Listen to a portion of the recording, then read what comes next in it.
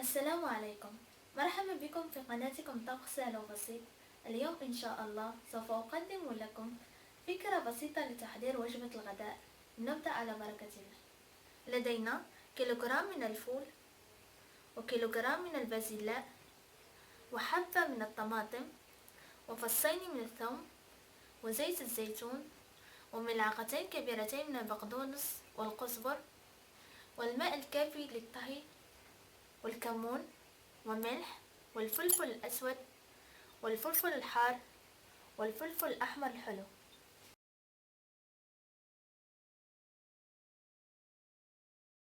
في طاجين أو في طنجرة أضع القليل من الزيت والثوم، ثم أضيف حبة من الطماطم،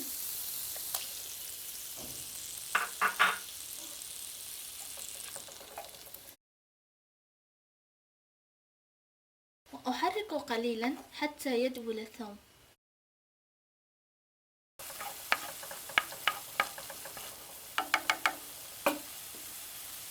ثم أضيف البازلاء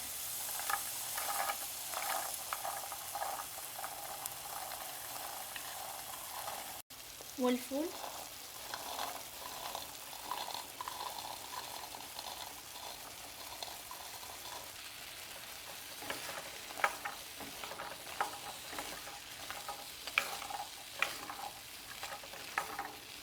والبقدونس والكزبر،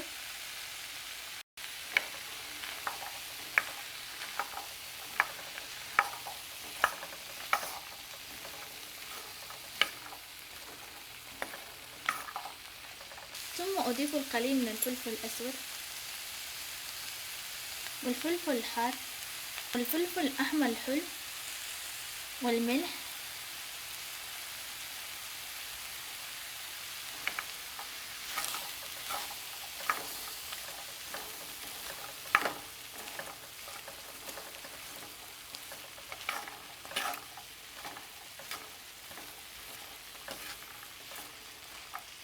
وفي الآخر أضيف القليل من الكمون،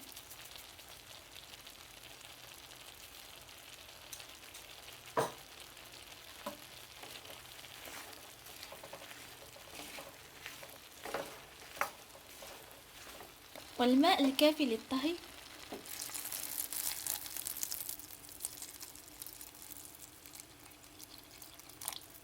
وأترك الكل يطهى فوق نار متوسطة. أتمنى أن يعجبكم فيديو. لمزيد من الفيديوهات لا تنسوا الاشتراك على قناتكم طبخ سهل وبسيط، ولا تنسوا الضغط على زر لايك من أجل تدعموني، وزيارة صفحتنا على فيسبوك. ودمتم في رعاية الله.